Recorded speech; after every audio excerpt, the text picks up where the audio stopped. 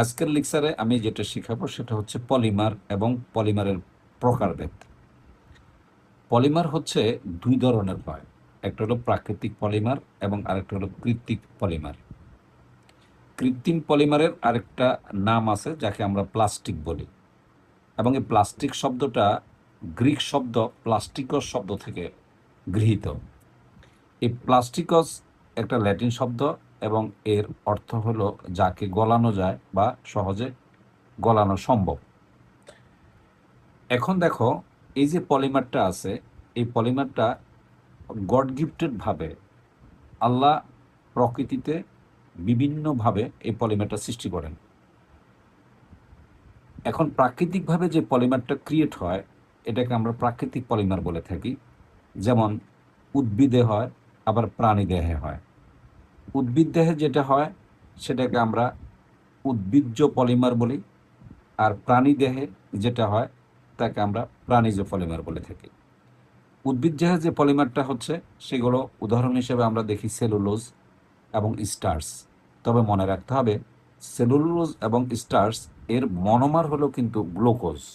এটা হলো মনোমার, মানে অসংখ্য গ্লুকোজ অণু মিলিত হয়ে তোমার এই মনোমার হিসেবে কাজ করে। অসংখ্য গ্লুকোজ অণু মিলিত হয়ে এই সেলুলোজ এবং স্টার্স তৈরি করে, যেটা উদ্ভিদের বিশেষ করে শরীরে পলিমার হিসেবে থাকে।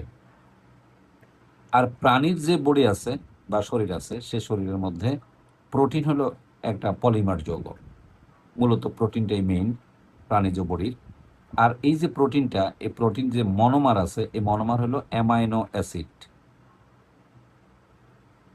এই যে মনোমার, এই মনোমার হলো অ্যামাইনো অ্যাসিড, অর্থাৎ অসংখ্য অ্যামাইনো অ্যাসিড পরস্পর যুক্ত হয়ে তোমার এই প্রাণীজ পলিমার প্রোটিন গঠন করে। যেমন আমরা ইনসুলিন নামক একটা প্রোটিনের কথা জানি, যেটা ডায়াবেটিস রোগীতে ব্যবহার করা হয়। সেখানে 22 অণু অ্যামাইনো অ্যাসিড যুক্ত হয়ে কিন্তু যে প্রোটিন গঠন করে, সেটাই কিন্তু আমরা তাকে ডায়াবেটিস হিসেবে, রোগীর হিসেবে আমরা ব্যবহার করে থাকি ইনসুলিন।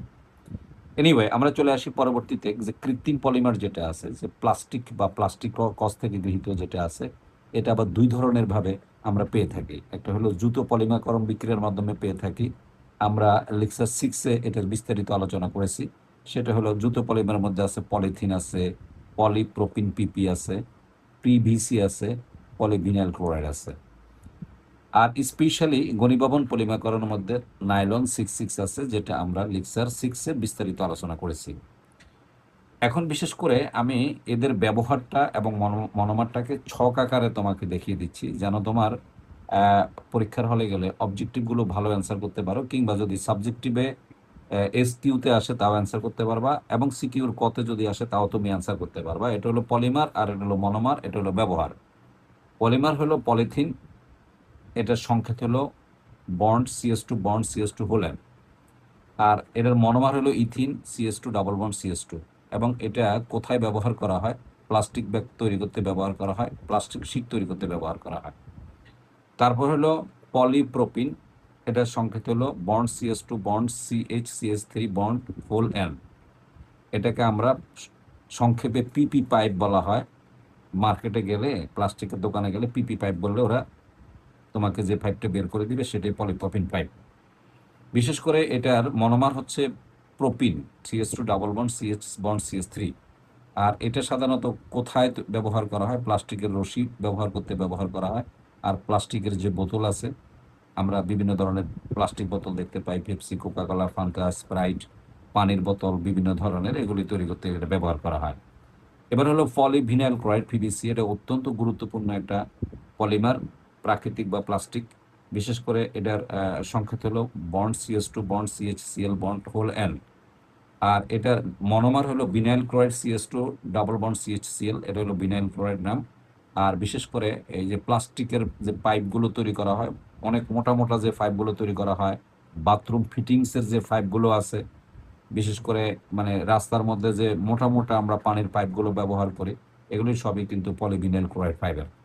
আর বিদ্যুতের যে তার আছে, তারের উপরে যে একটা মোড়ক থাকে বা কাভার থাকে, এই কাভারটাও কিন্তু পলিভিনাইল ক্লোরাইডের কাভার হয়ে থাকে সাধারণত, খুব মোটামুটি।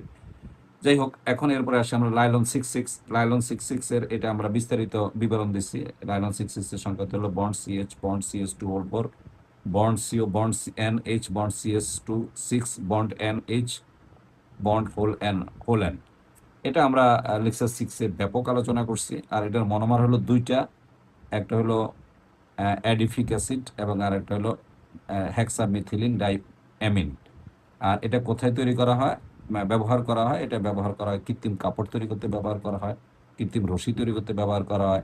আমরা সকালবেলা দাঁতের যে ব্রাশটা ইউজ করি, ব্রাশের মধ্যে যে আমরা নরম যে প্লাস্টিকটা পাচ্ছি, সেটা কিন্তু মূলত এই লাইলন 66 দিয়ে তৈরি।